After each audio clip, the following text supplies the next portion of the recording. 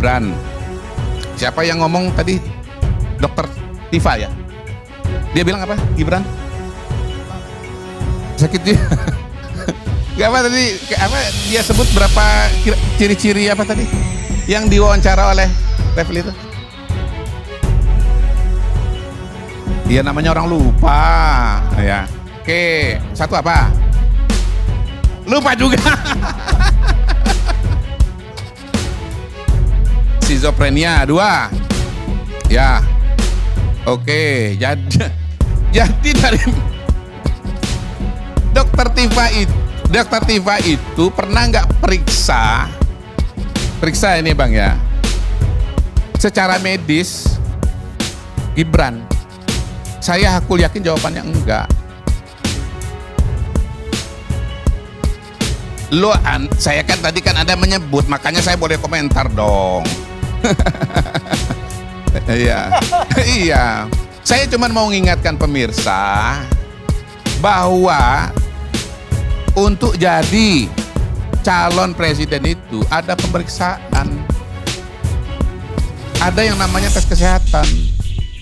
Lolos gak Gibran? Lolos. Berarti apa? Sehat atau sakit? Sehat. Sehat. Nah, kalau kita nggak percaya kepada proses yang terjadi dan dokter-dokter yang ditunjuk untuk memeriksa, dan lebih percaya kepada Tifa, ya balik lagi tadi yang saya bilang itu, confirmation bias, anchor bias. Sangat menggegerkan kita itu semua saya nggak mau saat panjang-panjang. ahli saraf atau ahli di bidangnya Dr. Tifa Fauzia mengatakan bahwa Gibran Rakabuming Raka didiagnosa memiliki kelainan jiwa. Ini tentunya perlu kita jelaskan, ini adalah sebuah statement yang sangat mentah. Kenapa mentah? Karena memang untuk mengenai masalah kejiwaan ini kita memerlukan tes yang sangat komprehensif.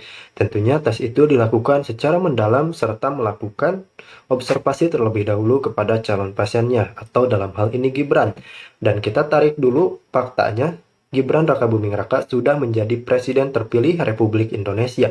Dan tentunya sebelum pencalonan itu ada mekanisme tes kesehatan. Dan tes kesehatan itu tidak berupa kesehatan fisik saja, namun mental dan lainnya. Tentunya untuk sekelas presiden dan wakil presiden, Indonesia telah menetapkan standar yang sangat tinggi. Kita ulangi, Indonesia telah menetapkan standar yang sangat tinggi. Karena ini Indonesia.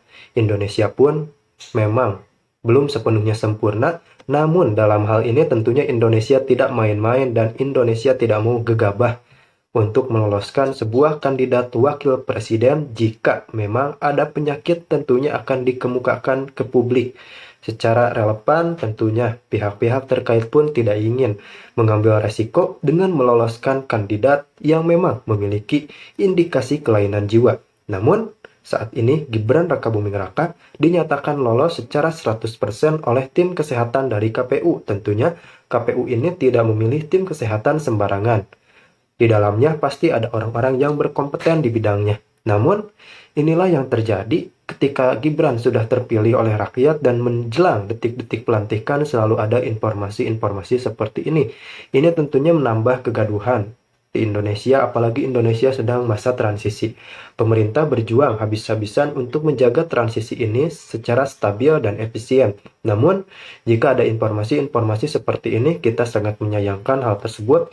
Apalagi seorang dokter seharusnya bisa lebih menjaga statement atau apapun itu, karena memang kita tidak ingin mengomentari statement apapun, namun yang kita soroti adalah bagaimana diagnosa yang diberikan terlalu cepat, karena hanya melihat dari sorot mata, belum ada tes apapun itu, Gibran Rakabuming Raka sudah digiring opininya bahwa Gibran Rakabuming Raka ini mengalami kelainan jiwa.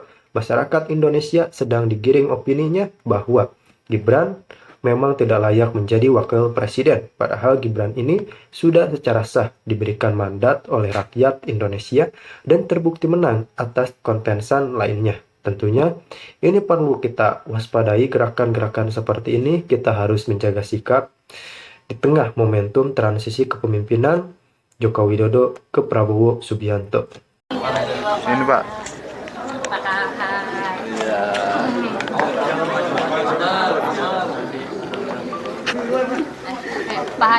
Rapat juga membicarakan tentang persiapan pelantikan presiden yang rencananya akan dilakukan pada tanggal 20 Oktober hari Minggu. Dari presentasi yang disampaikan, rencananya pelantikan Presiden dan Wakil Presiden hasil pemilihan umum 2024 akan dilaksanakan pada 20 Oktober pada hari Minggu jam 10 pagi di gedung DPR MPR di gedung Nusantara. Insya Allah pelantikan akan dihadiri oleh sejumlah tokoh-tokoh, termasuk akan dihadiri selain presiden, akan dihadiri oleh presiden, kandidat wakil presiden dalam kontestasi presiden 2024 kemarin. Kami juga akan mengundang para mantan presiden, mantan wakil presiden, para pimpinan partai politik yang kemarin berkontestasi dalam pemilihan umum. Dan rencananya juga akan hadir sejumlah kepala negara dan kepala pemerintahan dari negara-negara sahabat. Kami mohon doa, support, dukungan dari seluruh rakyat dan bangsa Indonesia agar prosesi pelantikan tanggal 20 Oktober nanti bisa berjalan lancar dan semuanya sesuai, tunjukkan bahwa bangsa Indonesia adalah bangsa yang bersatu, bangsa yang rukun, bangsa yang terus menjunjung martabat demokrasi meskipun dalam suasana perbedaan.